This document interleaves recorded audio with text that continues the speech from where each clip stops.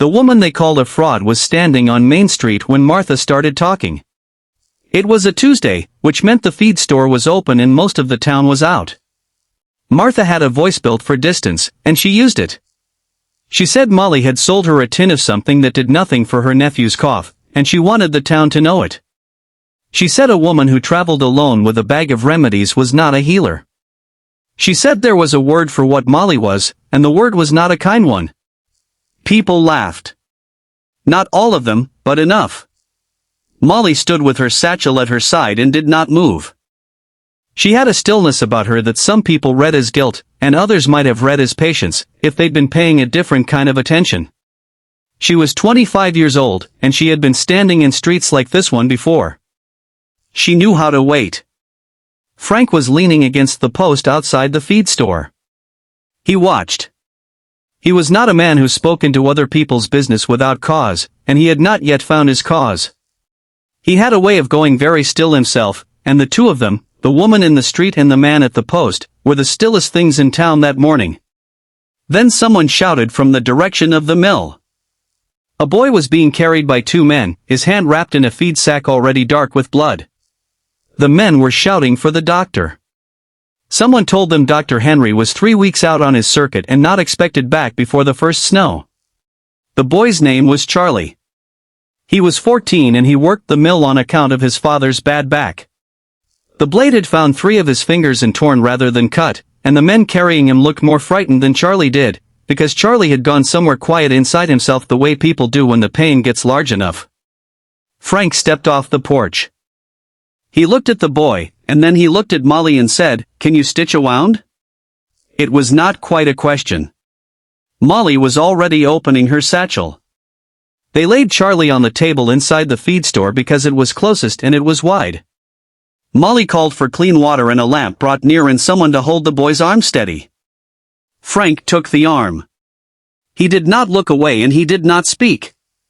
And when Charlie made a sound, Frank put his other hand on the boy's shoulder and kept it there. The town that had been laughing 10 minutes ago was now standing at the door and the window. Molly worked the way water moves.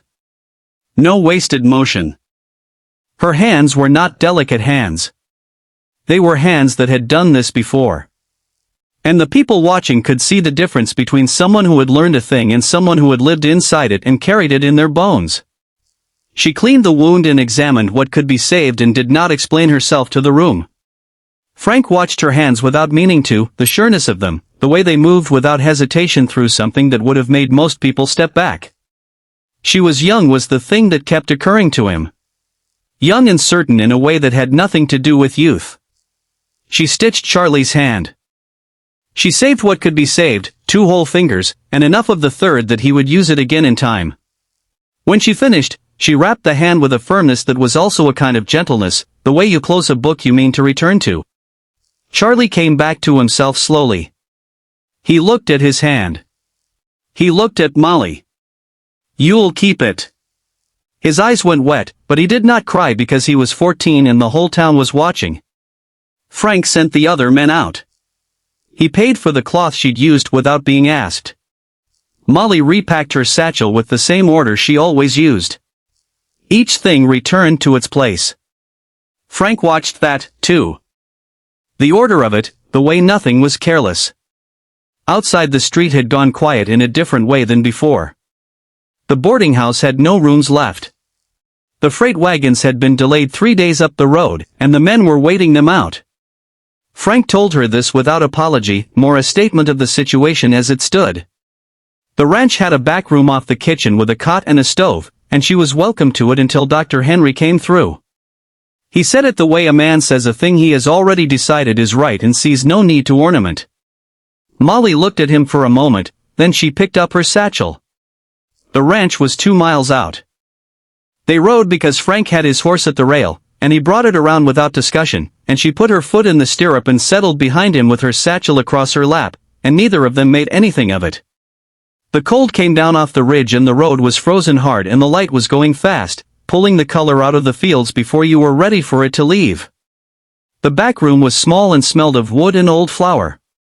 There was a cot, a stove, a window that looked out at the fence line, and beyond it the open brown of the winter pasture.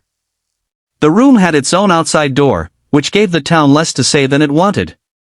Molly set her satchel on the floor beside the cot with the care of someone setting down something they would need to find again in the dark. Frank built the fire without asking. She watched him do it, and then she unpacked what she needed for the morning, and he left her to it. Word travels in a small town the way weather does, low and fast and ahead of itself.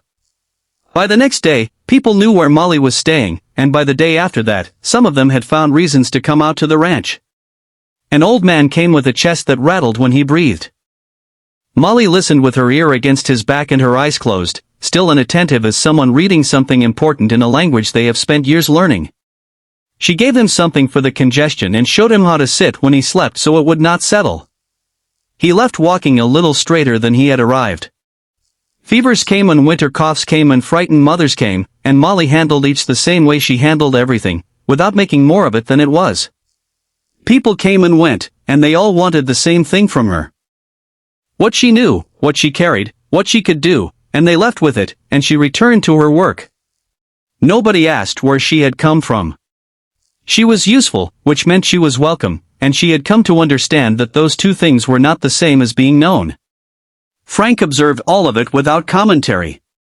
The way she moved through the kitchen in the early morning, the low register she used with frightened people, steady and even, offering calm the way you offer a handhold, the way every instrument went back to its exact place in the satchel without her having to look. He did not remark on any of it, but he noticed. By the end of the second week, the house had found its rhythms without anyone arranging them. He was up before light, and she rose not long after, and by the time he came in from the morning's first work, she had coffee on and whatever the larder allowed. One morning she was at the window with her cup when he came in, looking out at the frost on the fence posts. He poured his coffee and sat, and they ate without ceremony. After a while, he said, "You sleep all right?" She considered it honestly, "Better than I have in a while." He nodded at his plate and did not pursue it, but something in the answer had registered, and she could see that it had. On a Thursday evening, he came in late, and supper was already on the table, and she was sitting with her notes spread in front of her, reading while she waited. He washed up and sat down. "You didn't have to hold it." "It keeps fine," she said, not looking up. He served himself and ate, and she set her notes aside and ate, too. And the fire worked in the grate, and outside the wind had come up off the open country, and was making itself known against the eaves. After a while, he said the fence on the north side would need a full day before the hard freeze. She asked how long they had. He said, maybe a week. She told him the old man's chest had been clearer that morning, that she thought he would get through the winter all right. Frank looked at her across the table. She looked back. Two people in a warm kitchen with the wind outside and supper between them and nothing in particular being said, and it had the feel of something that had been going on long before it started. He looked back down at his plate.